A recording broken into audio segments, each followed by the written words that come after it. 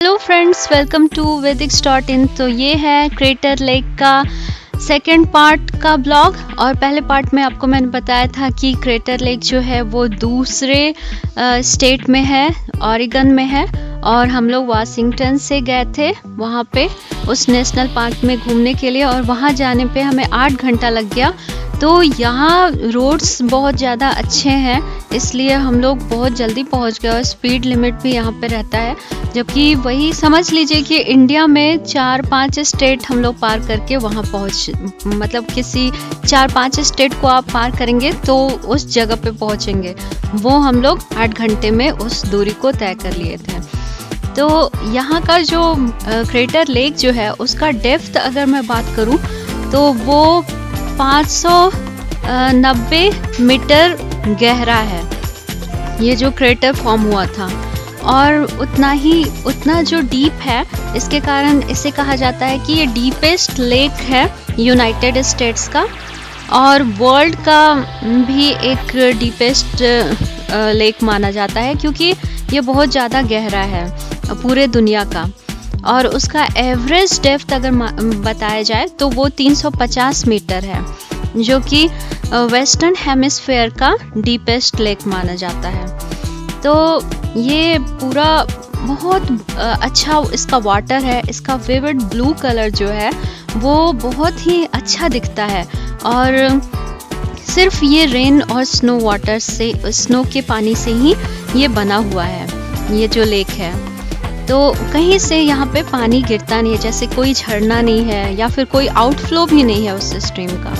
तो वो लेक इस तरह से बना हुआ है, और ऐसा लगता है ना बिल्कुल प्रिस्टीन बॉडी है वाटर का, जो कि अर्थ पे ऐसे ही बिछा हुआ है। और बहुत सारे माउंटेन्स हैं आसपास, तो ऐसा लगता है कि चारों तरफ से एक कास्केट बना हुआ है माउंटेन का। बहुत सारे रेंजेस हैं माउंटेन के। तो मैंने जो आपको दिखाया वो ऊपर का जो एरिया था वहाँ से दिखाया, सामने का भी एरिया दिखाऊंगी। और क्रेटर लेक जो है उसका पानी इतना नीला है, ये तो आपको दिख ही रहा होगा। ये जो है वो सामने वाला एरिया है जहाँ से मैंने वीडियो लिया है। तो ये बिल्कुल नीला इसी तरह दिखता है, और धूप जब निकलता है सुबह में उस समय ये और ज़्यादा ब्राइट दिखता है। तो बहुत अच्छा लगता है देख के। और लेक जो है ना वो बिल्कुल यूनिक है। और मैं आपको बताऊं दोस्तों, शायद आप सबको बिलीव ना हो, लेकिन वहाँ पे जाते जाते जैसे कि नेटवर्क था वो ख़त्म हो गया। तो फिर हम लोग ऐसे ही म्यूज़िक सुनते सुनते जा रहे थे। फिर जब म्यूज़िक ख़त्म होता है ना तो मैं गाने लगती हूँ, मुझे अच्छा लगता है गाना। तो रास्ते भर गा रही थी, फिर अचानक से म्यूज़िक आ गया, और उसके बाद महादेव और पार्वती जी का गाना शुरू हो गया। तो मैंने ये हमेशा देखा है कि जहाँ जहाँ हम लोग जाते हैं ना, वहाँ का एरिया का जो वाइब्स होता है ना, वो उसी तरीके का गाना बजने लगता है।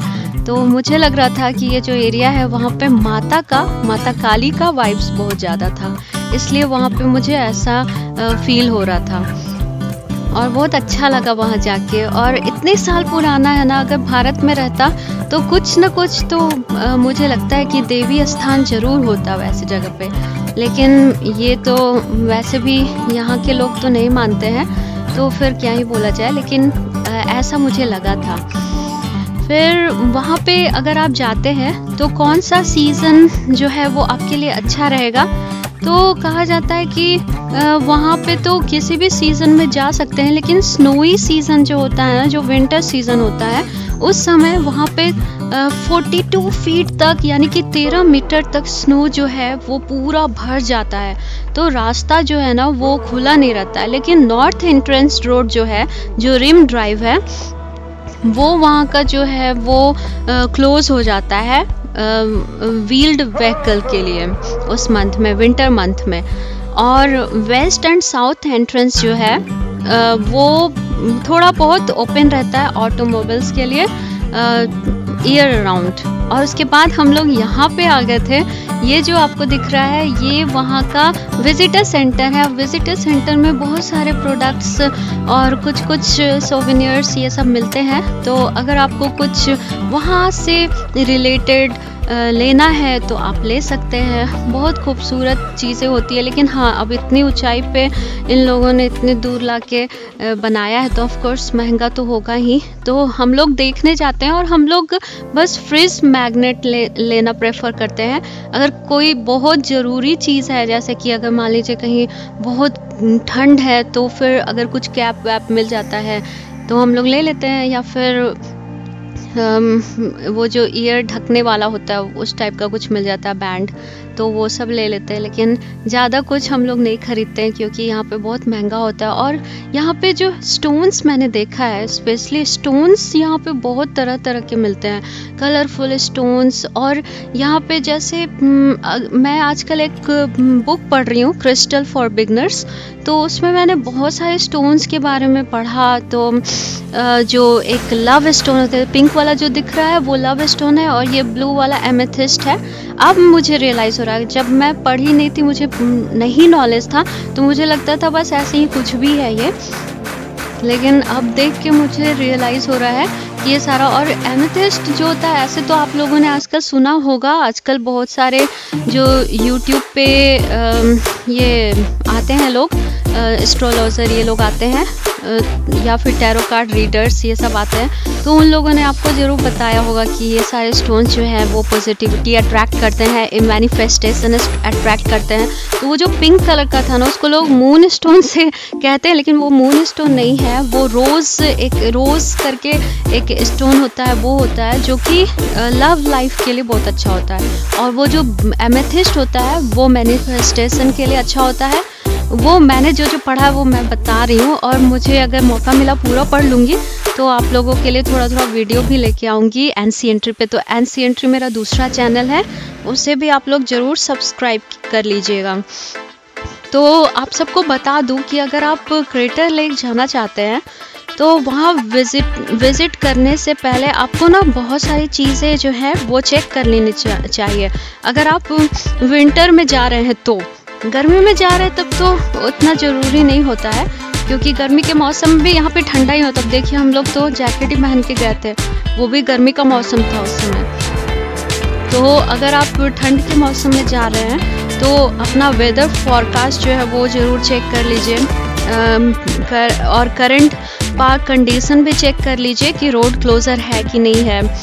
और विलेज का रिम विलेज वेब कैम जो होता है, कंफर्म कर लीजिए कि उसका लेक से विजिबिलिटी है कि नहीं, क्योंकि कभी कभी क्या होता है, इतना धुंध हो जाता है, कोहरा छा जाता है इतना ज़्यादा कि आपको दिखेगा ही नहीं सामने लेक भी है।